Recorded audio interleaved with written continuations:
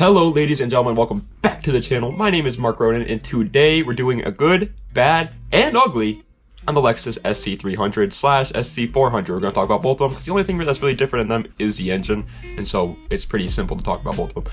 But anyway guys, before we get into the video, I want to start off by saying that we're doing a giveaway. We are officially doing a giveaway. All it is for a SmoothStance t-shirt, but it's completely free. You don't have to buy anything or anything like that. All you got to do is comment down below your Instagram name, so your Instagram handle. Make sure you're subscribed to the channel and make sure you're following me on Instagram at ss.marky so that I can have a way to contact you. And yeah, we'll pick the winner next Sunday, but from today until Friday, comment on every video, and every video you comment on with your Instagram name is 1 entry. So we're gonna have, so if you comment on all videos, that's 6 entries, and then we're gonna put it into this like random generator online and we're gonna pick somebody. But anyway, let's get right into the video. Okay, so the Lexus SC, which we're just going to call it the SC when we're just like generalizing the car, was produced from the years 1991 to 2000, and it was the first generation. Technically, there's a second generation of SC. It's that really ugly thing, but it makes it a perfect candidate for a 90s JDM junker, and I absolutely love that. As you can tell, the car went by 2 completely different names. All right, it went by the SC300 and the SC400, and even overseas there was a Soarer, but we're not going to be talking about the Soarer for today. And yes, there was a major difference between the two, but if it confuses you, think of it like a BMW 3 Series. The SC part is just like the series, where the number next to it symbolizes which engine it actually came with. Just like how a BMW has a 328i or a 330i or a 335i, it's the same thing, except there's only 2 this time, so it's actually not that hard to remember. The car was only available as a 2-door 4-seater coupe and was actually, believe it or not, extremely expensive when it first came out. This car was like, these cars were like the Lexus RCF back then, which is wild to think about. Like they were insanely expensive. They were like what everybody wanted, but back then, and now it's really cheap. Anyway, since the car was kind of meant to be like a luxury sports car and they cared a lot about comfort rather than just speed, they made some questionable decisions on the car, to say the least. The main one being the automatic transmission. On the SC300, it was available as both a manual and an auto, but manual options are still very scarce and hard to come by on the SC300. On the SC400, however, they completely dropped the manual transmission and only gave it an automatic, which, I mean, it does make sense, but it kind of sucks. And we all know back in the 90s, the automatic transmissions were terrible if you wanted to go fast. It kind of sucks, but you have to think of it as a marketing way, and they wanted the car to be bought as a luxury car rather than just a sports car. So let's go into the engines and the trim levels. Well, to be honest with you, I can't find anything on trim levels, and that makes sense since they kind of went at the car with a one-size-fits-all viewing of it, making it clear that it's a luxury car that can be fast when you want it to be. But I do know that some options were offered with like gold lettering, which is really cool to say the least, but that's pretty much it. Now for the engines though, and there are only 2, the SC300 came with a 3-liter inline 6 that makes 225 horsepower, hence the name SC300. And the SC400 came with a 4-liter V8 making 250 horsepower at launch, but they later bumped that number all the way up to a nice 290 horsepower in the 1UZ. Both these engines were some of the most recognizable engines in the JDM world. The V8 one from the SC400 is called the 1UZ, and the inline 6 from the SC300 is called the 2JZ, but since it didn't have a turbo, no, it's not nearly as good as the 2JZ that's found in the Supra. It's actually just an average engine at that point.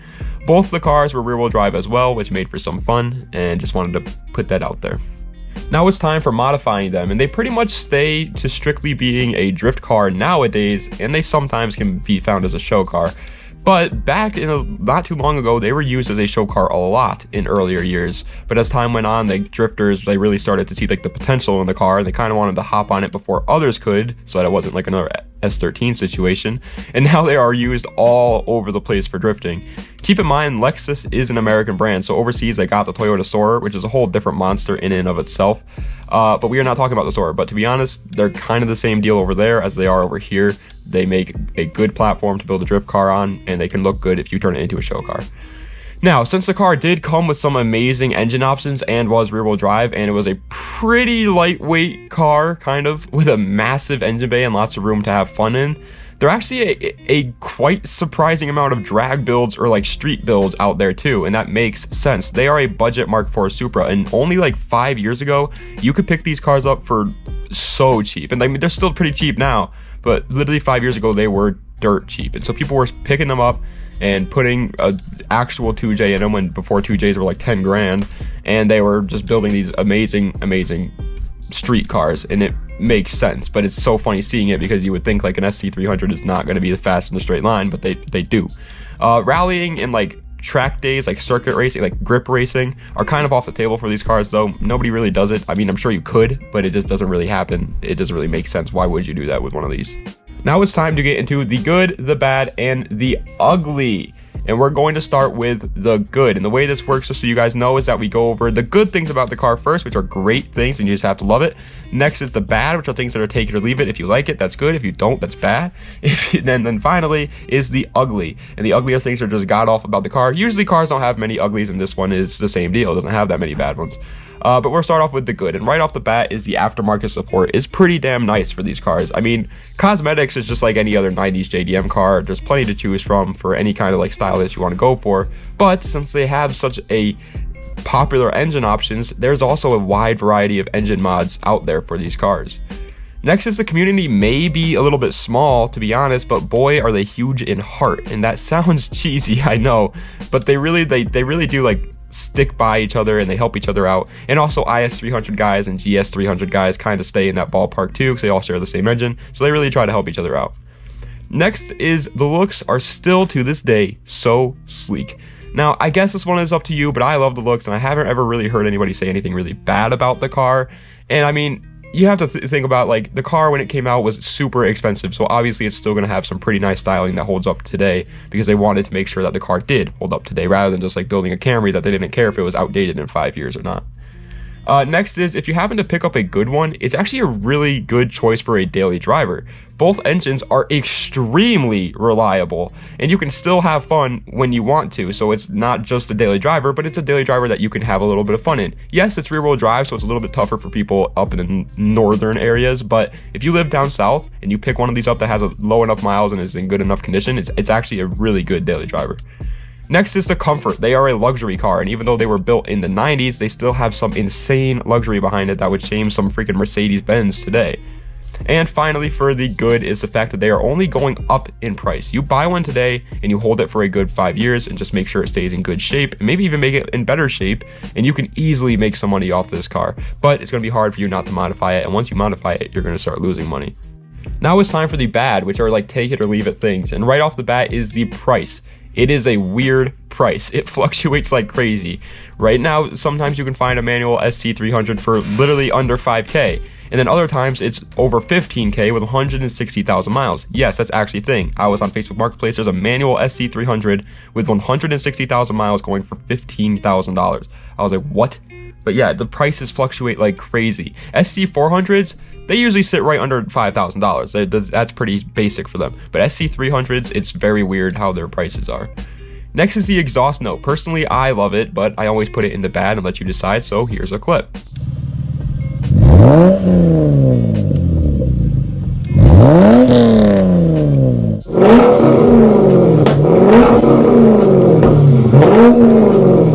Next is the maintenance is actually not as easy as you would think, which sucks. I mean, it's an old luxury car, and luxury cars are always trying to do something special, so it gets a little bit complicated working on the car. If you don't have experience working on cars, you probably shouldn't get an SC. They're very tough to work on. The engine bay isn't like tight, but they just have so many wires and things, because like I said, it's a luxury car back in the 90s. They have a lot of things on them. Next is, and this one's kind of small, I know, but it's an old car and things go bad. So when you go to pick it up, it might have paint fade, oxidized headlights, leaks in the seals, ripped leather, power windows don't live up to their name anymore, they don't do their job, and other small things like that, which really do add up and suck, and you don't want that on your car, is going to happen. It's a 90s car, man, and a lot of people thought that they lost all their value a couple years ago and just let them sit outside, and so now they're just kind of rusted away. Next is people say that even though it is a coupe, the back seats are pretty much useless, which is every single coupe in the world anyway, but I thought I should just mention it because in case you're thinking like, oh, I'll buy a coupe and I'll be able to carry my family around in it. You probably could, but it's not going to be comfortable for them in the back seat. Next is the displays, like the tachometer and stuff like that, are always going in these cars, which is hilarious. But I guess if you really badly want your dash to light up completely and have no issues, don't get this car, because the car just has like very weird like tachometers and stuff and decides not to work when it wants to. finally is the bloody cup holder's might, which I seem to go over in every single good, bad, and ugly when it's an old sports car. But I mean, you're buying a sports car. Do not expect to be able to hold many cups in your car, all right? Especially not from the 90s. The cup holders are pretty much non-existent in this car. And now it's time to get into the ugly, which there aren't much, but they are kind of big deals. And the first is the riskiness when going to pick up a car. Boy, this one has to be the rickiest. This one has to be the riskiest out of all the good, bad, and uglies that I've ever went over. Some people think that they have some like insane mechanic skills when it's equal to like my freaking little sister's mechanic skills. So they touch things and they messed it all up, and you're gonna have to deal with it later. It's awful. The good news is there's also a lot of old people who own these cars too. So if you go to pick it up and it's an older guy, you're probably in the clear, but I still would just be a little careful.